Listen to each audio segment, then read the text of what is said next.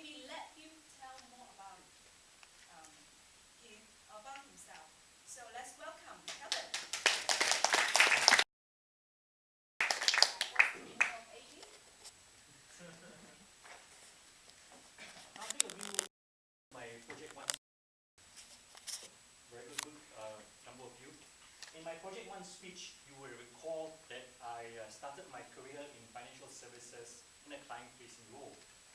My manager back then was Gamini Corolla. In 1997, a group of us were invited to his summer home in Australia. How can you tell the wealth of a person? By the distance between the gate and the front door. His property was so massive. The drive from the gate to the front door took nearly 5 minutes. All I had in common was the 5 minutes. It takes me 5 minutes to walk from my front gate to the bus stop. One evening, after one of our lavish dinners, I went up to him and said, "Wow, Gamini, you must be really happy with all you've got."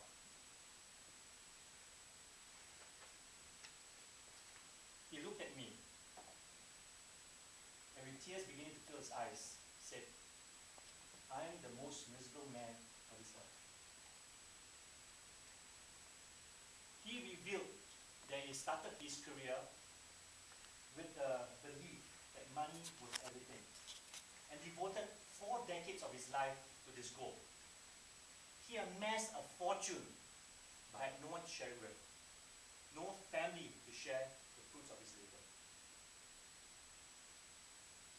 This story reminds me of what Henry Kissinger once said. There is a tragedy of the man who works all his life for something and never gets it. There is an even bitter tragedy of the man who gets what he wants but finds it empty. Can you relate to this? Or do you know someone who does?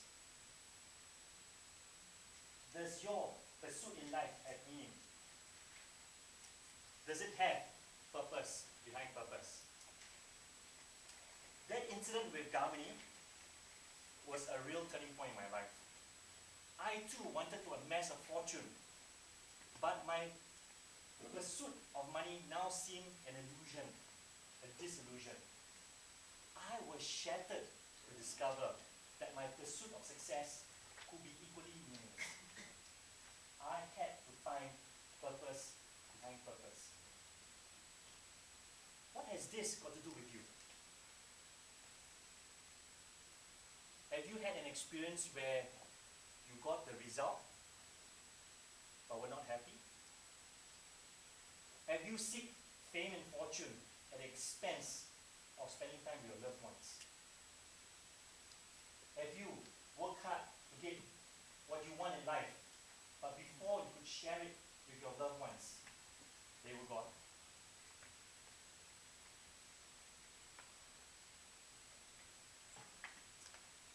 In the 1990s, I served in the Singapore Army and got to know Colonel Bernard Tan.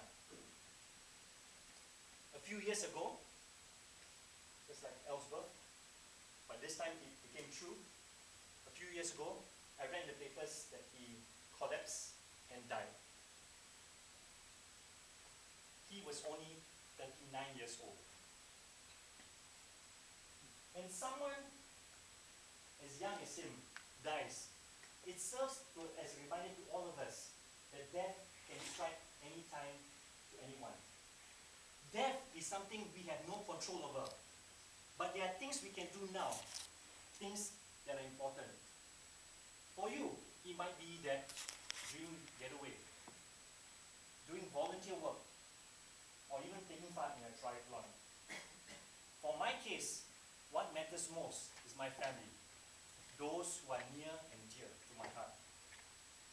And one day, when I'm face to face with my Maker, I want my family and others to say, "We had a lovely time with him."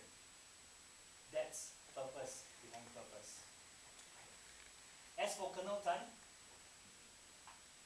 I do share his family's grief. I heard from my friends that while his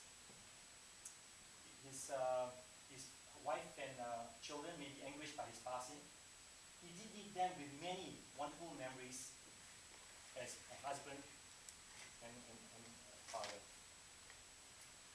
If I can do that too, one day when my time is up, I would have fulfilled my purpose behind purpose. You know, life is so fleeting, so fragile. Any moment may be your last. So I leave you with this final thought. I guess today, people like Ruth, Chalice, Chris, and Elsbeth, you have somehow answered this question to some extent. But this is a very important question to ask yourself. If you knew you had only 24 hours to live, what would be the one thing that you would regret not doing in life? When you have found the answer, you would have